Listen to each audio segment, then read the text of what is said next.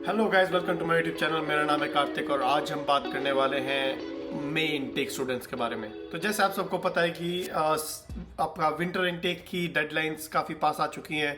कुछ एक कॉलेजेस की विंटर इनटेक की टाइमिंग्स ख़त्म भी हो चुकी हैं। कुछ एक कॉलेजेस में थी सितंबर 28, कुछ एक कॉलेजेस के अंदर अक्टूबर में, कुछ एक कॉलेजेस के अंदर थोड़ा लेटर भी है। ठीक है, ये डेडलाइन ज़्यादातर कोर्सेज के बेसिस पे होती है, तो वो जाकर अपना चेक कर लेना। अगर आपकी डेडलाइन जा चुकी है तो आपके पास ऑप्शन है मे इनटेक का। तो आज हम बात करेंगे क्या है मे इनटेक। ठीक है, मे इनटेक होता है आपका जो समर इनटेक भी कहलाया जाता है। ये कनाडा का थर्ड मोस्ट पॉपुलर इनटेक है। टोटल तीन आपके इनटेक्स ही हैं। ठीक है, अब बात क्या है, इस इनटेक के बारे में लोगों ने काफ़ी ज़्यादा हाइप बना रखी है कि ये बेकार इनटेक है आने के लिए। ठीक है, इस इनटेक में प्रोफेसर अच्छे नहीं होते, ये नहीं होता, वो नहीं होता। तो इस सारी चीज़ों के बारे में बात करेंगे। इस वीडियो के दो पार्ट्स होंगे।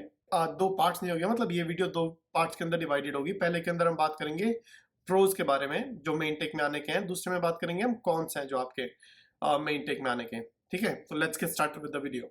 अब सबसे पहले सेक्शन के अंदर हम बात करेंगे प्रोज की। ठीक है, प्रोज के अंदर जो सबसे पहला आपका प्रो है वो ये है कि पार्ट टाइम जॉब जो है वो काफी ज्यादा होती है अवेलेबल उस टाइम पे। ठीक है, पार्ट टाइम या फुल टाइम भी, मगर आप फुल टाइम कर नहीं सकते क्योंकि आप अभी अभी उस इंटिंग के लिए आए हो। ठीक है, तो अब समर के अंदर क्या होता है, कनाडा में जितने भी काम हो रहे हैं वो समर के अंदर ही होते हैं। जैसे आपका रोड रिपेयर का काम चल रहा हो, ठीक है, आपका कंस्ट्रक्शन का काम चल रहा हो, आपका लॉन मोइंग है, ठीक है, आपकी फार्मर्स मार्केट होती है काफी सारी जगह, आपकी इंडियन लोकल फार्मर मार्केट भी होती है।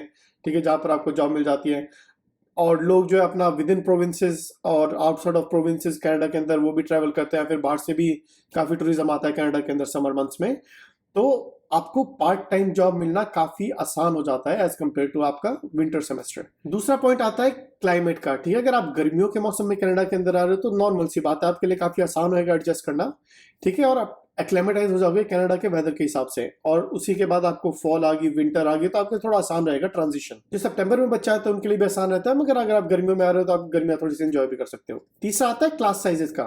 क्योंकि समर इनटेक सबसे ज्यादा पॉपुलर इनटेक नहीं है, ठीक है, इस वजह से काफी कम बच्चे एडमिशन लेते हैं उस टाइम पे और काफी कम प्रोग्राम्स अवेलेबल होते हैं उस टाइम पे। इसी वजह से जो क्लासेस का साइज होता है वो छोटा होता है। ये कुछ एक लोगों के लिए एडवांटेज हो सकती है जो कि काफी ज्यादा शाय है और वो क्लास के अंदर क्वेश्चन नहीं पूछ सकते अगर क्लास काफी बड़ी है। ठीक है, तो अगर आप इस तरह के बच्चे हो तो आपके लिए ये बेनिफिट है। चौथा पॉइंट आता है कि कनाडा आते के साथ ही जैसे विंटर इनटेक में आपको काफी बड़ी इन्वेस्टमेंट करनी पड़ती है अपने विंटर क्लोथ के अंदर, विंटर जैकेट्स, विंटर बूट्स, ये सारी चीजें, ये सारी इन्वेस्टमेंट्स आपको नहीं करनी पड़ती अगर आप समर में आ रहे हो, सितंबर में आ रहे हो। आपके पास काफी टाइम होता है सेल्स वगैरह का। ठीक है, अपना जो हैलोवीन सेल्स वगैरह होती है, अपना फॉल में जो सेल्स होती है, उसके बाद टूवर्ड्स विंटर भी कई सारी सेल्स होती है, तो आप उसमें भी काफी अच्छे प्राइसेस पे अपना विंटर क्लोथ खरीद सकते हो। तो वहां पर आपकी थोड़ी सी सेविंग हो जाएगी। और क्योंकि तब तक आपने समर में पार्ट टाइम काम भी कर लिया होगा, उसके बाद आपने फॉल में भी पार्ट टाइम काम कर लिया, आपको इतना ज्यादा बड़ा धक्का नहीं लगेगा जब आपको चीजें जाके खरीदनी पड़ेंगी। तो ये वाला पॉइंट है आपका less investment in winter clothes initially. अगला पॉइंट है आप कनाडा आते के साथ ही आपको काफी ज्यादा मस्ती करने का मौका भी मिल जाता है। हाँ, आप पढ़ाई कर रहे होगे, अपना पार्ट टाइम काम भी कर रहे होगे, मगर फिर भी आपके पास एक दो दिन होंगे हफ्ते के अंदर जब आपको अपना टाइम मिलेगा जाके आराम से। दो दिन से भी ज्यादा हो सकते हैं डिपेंडिंग आपका पार्ट टाइम काम कैसा है। ठीक है, आप गर्मियों में जाके मजे कर सकते हो। बाहर काफी सारे इवेंट्स होते हैं गर्मियों के अंदर गर्मी और फॉल के अंदर सबसे ज्यादा इवेंट्स होते हैं, तो आप वो जाके आप काफी एंजॉय कर सकते हो शुरुआत में ही। और अपना नए दोस्त वगैरह बनाने आसान होता है क्योंकि काफी सारे लोग बाहर घूम रहे होते हैं, मजे कर रहे होते हैं। तो ये एक आपका आखिरी प्रो है। इसके बाद अब मैं प्रो और कॉन के बीच में इस चीज की बात करना चाहता हूं जो है आपके स्केड्यूल्ड ब्रेक की।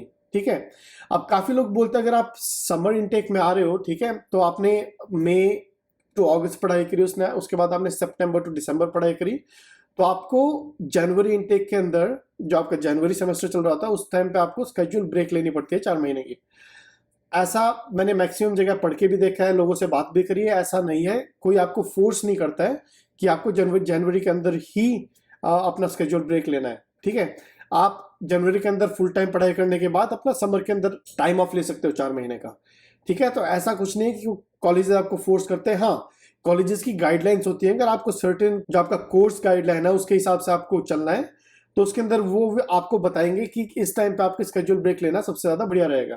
ठीक है, तो इस चीज का आपको एडमिशन लेने से पहले और कनाडा आने से पहले इस चीज के बारे में देखना चाहिए कि आप जिस कॉलेज में जा रहे हो और जिस कॉलेज में जाके आप जो कोर्स कर रहे हो उसके लिए स्केड्यूल्ड ब्रेक कौन सी रिकमेंड की है कॉलेज ने।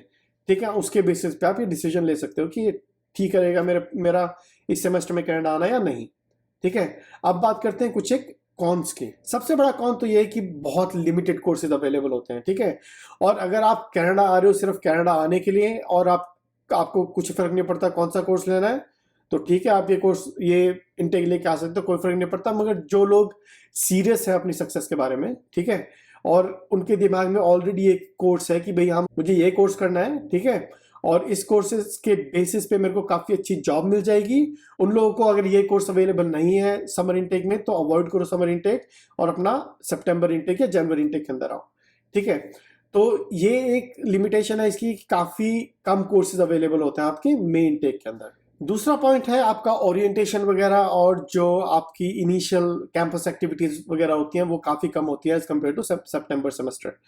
ठीक है, क्योंकि मैंने ऑलरेडी कई बार बोल दिया, मैं फिर नहीं बोलूँगा इसी बात को। सितंबर सबसे पॉपुलर होता है, तो इसलिए ओरिएंटेशन बहुत ज़्यादा बड़े लेवल पे होती है सितंबर इनटेक की। ठीक है, मेन इनटेक में काफ़ी कम बच्चे आते हैं, तो उसी हिसाब से काफ़ी लिमिटेड लोग होते हैं और काफ़ी बहुत कम इवेंट्स वगैरह होते हैं उस टाइम पे। ठीक है, तो ये थोड़ा बहुत रहेगा कि आप जो प्रॉपर कनेडियन ओरिएंटेशन है और जब कॉलेज ज्वाइन करते हो इतने सारे इवेंट्स वगैरह जो होते हैं वेलकमिंग के, वो आप इतने अच्छे से एंजॉय नहीं कर पाओगे। मगर ये कोई बहुत बड़ा रीज़न नहीं है आपका मेन इनटेक ना लेने का। हाँ, एक चीज़ है कि सितंबर इनटेक में क्योंकि ओरिएंटेशन में काफ़ी ज़्यादा लोग आते हैं, तो आपके लिए काफ़ी आसान हो जाता है नेटवर्किंग करना और अपने दोस्त वगैरह बनाना शुरुआत में। क्योंकि शुरुआत में अगर आपके दोस्त वगैरह बन जाए तो कनाडा में लाइफ थोड़ी आसान हो जाती है, ज़्यादा देन कि आप बिल्कुल अकेले हो और आप कोई दोस्त नहीं बना पाए, तो आपको काफ़ी ज़्यादा लोनली महसूस भी हो सकता है। ठीक है, तो सितंबर इनटेक के अंदर ये थोड़ा ज़्यादा फायदा रहता है और जनवरी इनटेक में भी। ठीक है, इसलिए ये थोड़ी सी लिमिटेशन, ये एक और कौन है आपका मेन इनटेक का। अगला पॉइंट ये है कि भाई आप मेन इनटेक में आओगे, मैंने बोला था आपको समर एंजॉय कर सकते हो, मगर आप वो एंजॉय नहीं कर पाओगे जैसे कि लोग करते हैं। जब वो अपना जैसे जनवरी इनटेक में कोई आया, उन्होंने जनवरी से अपना सेमेस्टर खत्म किया, उसके बाद फिर उन्होंने अपना पूरी मस्ती करी है, वो पढ़ाई नहीं कर रहे हैं, पार्ट टाइम जॉब नहीं कर रहे हैं, दो तीन चीज़ें एक साथ नहीं कर रहे हैं। ठीक है, तो वो लोग ज़्यादा एंजॉय कर पाते हैं, मगर ऐसी मेरे को कोई प्रॉब्लम लगती नहीं है, क्योंकि मेन इनटेक और सितंबर इनटेक का सिमिलर सिस्टम होता है। ठीक है, मेन इनटेक वाले भी जाके अपना नेक्स्ट समर ऑफ ले सकते हैं और सितंबर इनटेक वालों का तो होता ही है अपना नेक्स्ट समर ऑफ। ठीक है, तो आप उस टाइम पर एंजॉय कर सकते हो, कोई खास फर्क नहीं पड़ता मेरे हिसाब से। ये एक थोड़ी बहुत लिमिटेशन है एज कम्पेयर टू जनवरी इनटेक, मगर ऐसी कोई खास लिमिटेशन नहीं है मेरे हिसाब से। क्योंकि लगा लो अगर आप जनवरी इनटेक में आए भी हो, ठीक है, तो आप अपना समर इनटेक के अंदर एंजॉय करोगे, मगर आप मैक्स काम भी तो करोगे ना, अपनी फीस निकालने की कोशिश करोगे उस टाइम पे। ठीक है, तो आप अपना जैसे 40 घंटे 50 घंटे 60 घंटे, कुछ एक लोग 70-80 घंटे भी काम करते हैं, तो ऐसा कुछ नहीं है। अगर जिस बंदे ने एंजॉय करना होता है समर, वो एंजॉय कर लेता है।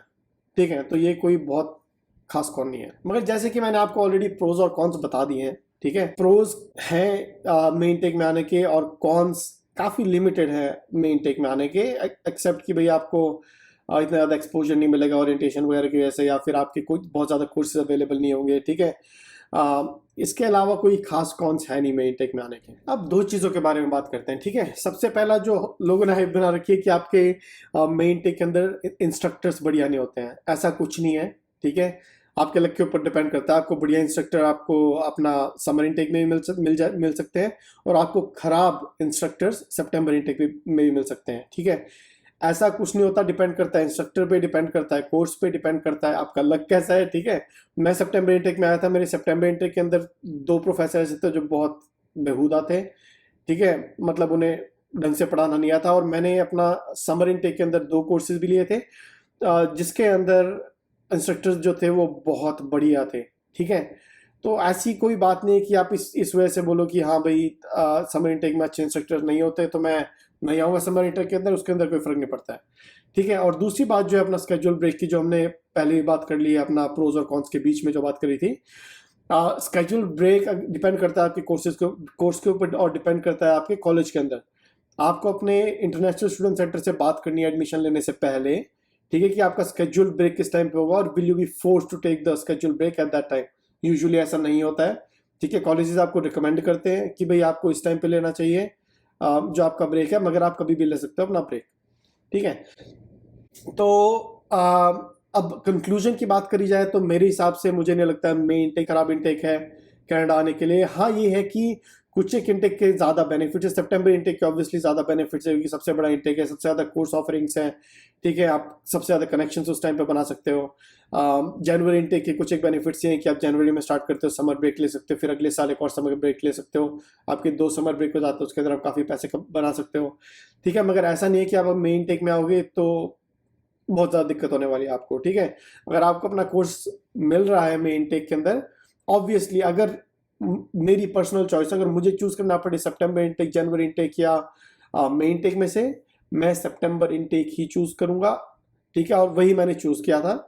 मगर आपको अपना अगर कोर्स वगैरह मिल रहा है मेन इंटेक में और आपका आने का मन है मेन इंटेक में आना है, there is no problem, give it a shot, अपना एडमिशन लो, मगर प्रॉपर रिसर्च करके आना कि बाद में ये ना हो कि भाई मैंने इस चीज़ के बारे में नहीं सोचा, मैंने उस चीज़ के बारे में नहीं सोचा। अपना प्रॉपर शॉर्ट लिस्ट बना के क्या क्या चीज़ आपको, किस किस चीज़ों की आपको ज़रूरत है, अपना प्रोज एंड कॉन लिस्ट जो मैंने बताई है उसके ऊपर आप और रिसर्च भी कर सकते हो और उसी के बेसिस पर अपना डिसीजन ले सकते हो, ठीक है। तो इस वीडियो के अंदर इतना ही। अगर आप लोगों को वीडियो पसंद आई हो तो लाइक शेयर एंड सब्सक्राइब, और मिलते हैं नेक्स्ट वीडियो।